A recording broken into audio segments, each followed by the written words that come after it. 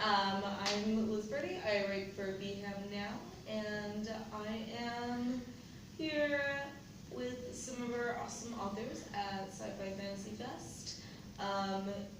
This is a weird introduction. I could have prepared something. Anyway, so we're gonna do a little interview, and then in my mind you were gonna do a little spiel.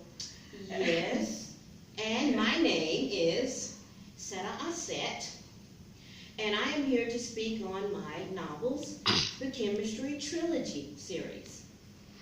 Liz. Right on. Okay.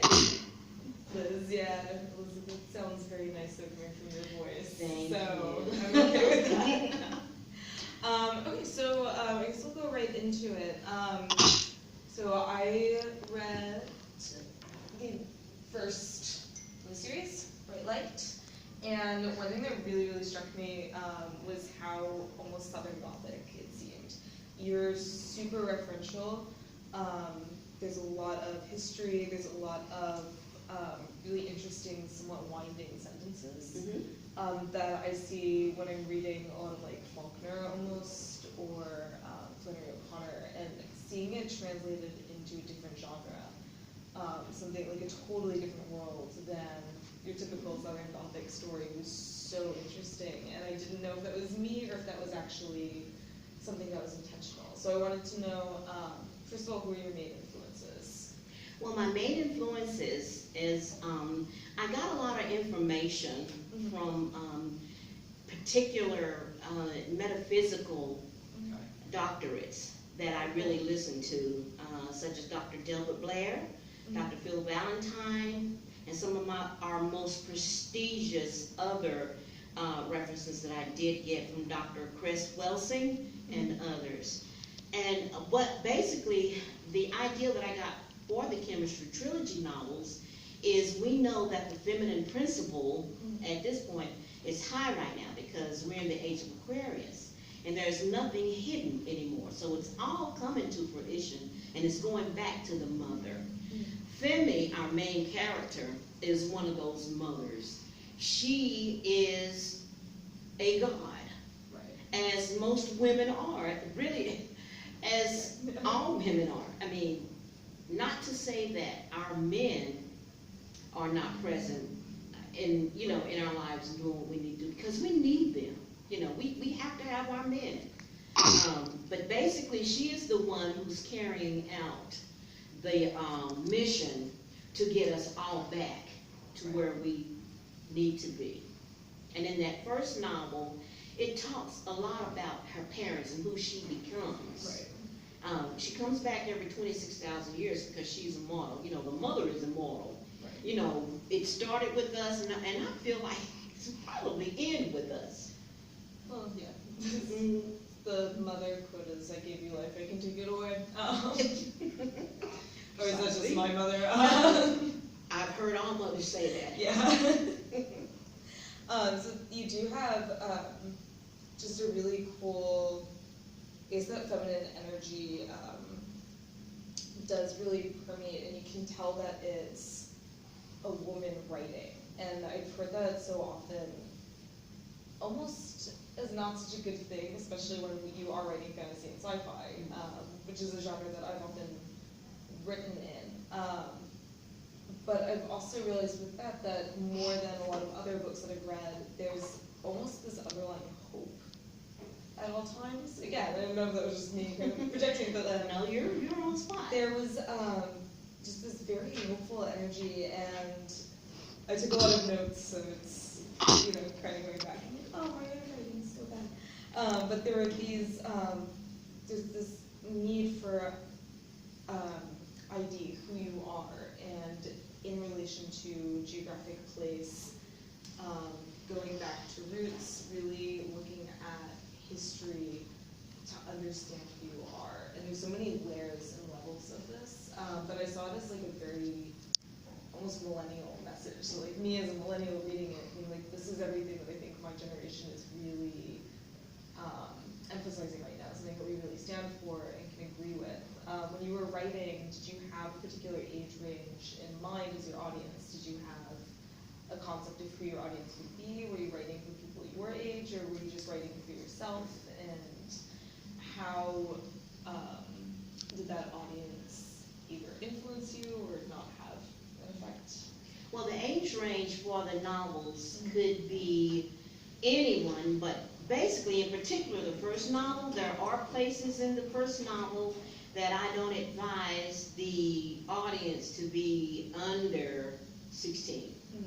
And that is the only one. The rest of the novels, you know, any age group can write. These are for any age group. They are for anyone, because if you really go back into history, and if you study when the archaeologists did take in account the areas on the globe to where they were trying to find out where did man originate, which they still are out on that, but we all know where we all come from in one place. But, you know, of course, I must say the establishment is not going to tell us that right now. Because the truth is going to be hard for some to take. And, you know, there is history that there are areas on the earth that they do have these hidden places where they have placed information where it's not going to be accessible to all of the people. You know, they're kind of holding back on the truth. But there are people in high places that know the truth that don't want to share. So, but basically the chemistry trilogies, now I'm not leaving out men, because our men is in all of the trilogies. We got to have our men in all the trilogies. And there is one man there that she relies on to be by her side and stand by her side and fight with her. So I didn't leave the men out, so don't you guys worry about that. You all are prevalent in all the novels. Now the first novel, we talked about that. That was her beginnings, and you'll learn a lot of who she is and where she comes from, and of course her parents.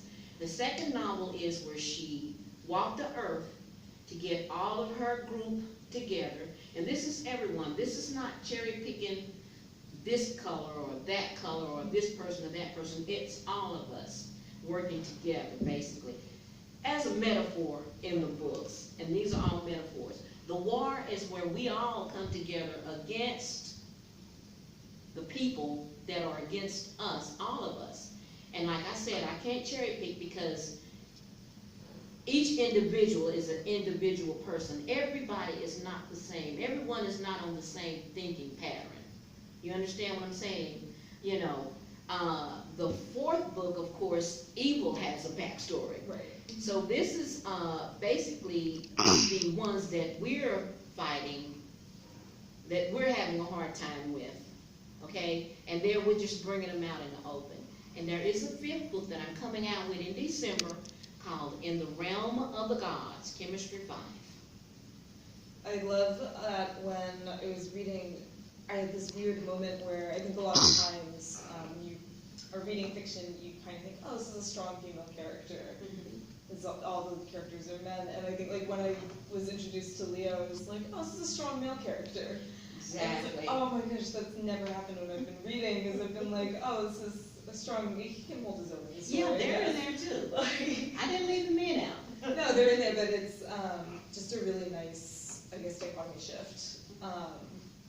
And it's got, again, back to being very referential, you get this whole, like, history of the world at the beginning, or at least the history of the world that's going to be super important. But the way that it's done, it had some reminiscence of, like, Hitchhiker's Guide to the Galaxy almost. The way that it's almost tongue-in-cheek and very, like, you don't know what this is our time period, but I'm telling it to you the way that we kind of almost retell anecdotes from history from hundreds of years ago in a very, as it happened kind of way. Right. The way that you brought 9/11 into it in a very, in the beginning, I do tell a lot of truth. almost playful way. And it was, And to bring it up to the speed of where we were before 2012. Right. Because a lot of this happened, well, actually the whole book happened before 2012. Right. Until at the very end when our female hero was born. And that was in 2012. And then it was almost like it was over. And then we're rolling into the second Right. book. It was just really cool to see, again, this genre being put into the modern era, and it's not, it's epic, but it's not set in epic past. Right. It's epic present, and it Right. just brings this gravity to And epic the future. history. Mhm. Yeah, and so it's, the foundation is laid down. Have you always been interested in history? Or was it a subject that you enjoyed? Very much. And I also channel into the future, because the last book basically takes us up to 2042. And I think in reality 2042 is going to be a very special year. It's something about 2042 that just, wrecks into my brain. I think we're going to have something really huge and big happen at 2042. Hope so. Mm-hmm. And then, One last question. I did want to, just going with local authors, how long have you lived in Birmingham? I've lived in Birmingham now for 27 years. I'm originally from Knoxville, Tennessee. Okay. Personal situations brought me here, and I'm not going to say specifically what, but I understand. that's how I come to Birmingham. And I love Alabama as a whole. I like it. And I love Birmingham. It's very nice. I love it. Can I ask you some of your favorite spots in the city that you maybe go to write or just enjoy? Actually, I'm not a going out person, Yeah. Yeah, I love to sit at home and just kick back and read and explore. And but when I do go out, I like going to the movies, of course. Right. I love to go to dinner. That's another relaxing thing. And just I love swimming. That's one of my greatest sports and hobbies. And of course, I love writing. It's undisputable for writing.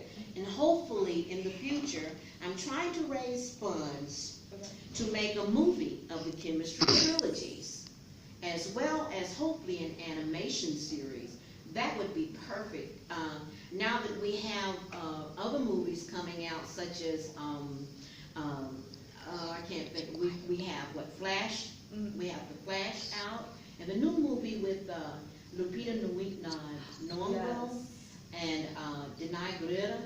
That. Go ahead.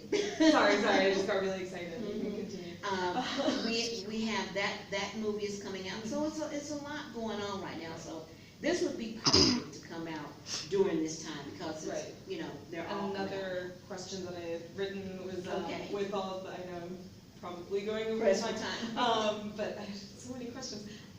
With all of the superhero movies that are coming out from both DC and Marvel, and I know just from working with kids that there's this newfound enthusiasm for these types of stories that we didn't see before. Are you, back to that hopefulness, are you hoping that we see more younger people, more girls writing things like this, and do you think that this is definitely a viable future for... Oh, sure, yes. Sometime in the future, now I was told in the beginning, you need children's books. Okay, so I am at this present time writing a children's book called The Smallest Superhero. Oh, you are? Yes, I am. So I'm doing that, and hopefully I'm thinking maybe a trilogy on that, 3 books, to get our young people involved. To let them know that, they are more than, just children walking this earth, and more than what they're being told that they are. They are our star seeds. They are our future. And so I would like to let them know that you are more than what you are. And that's my aim.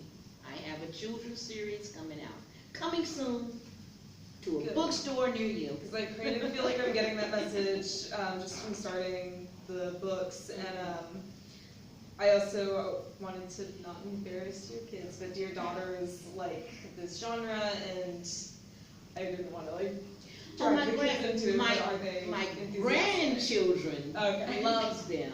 But my daughters, anything I do, of course, they're going to praise their mother. Right. Whether I know it or not. But yeah, they love it. My daughters love it.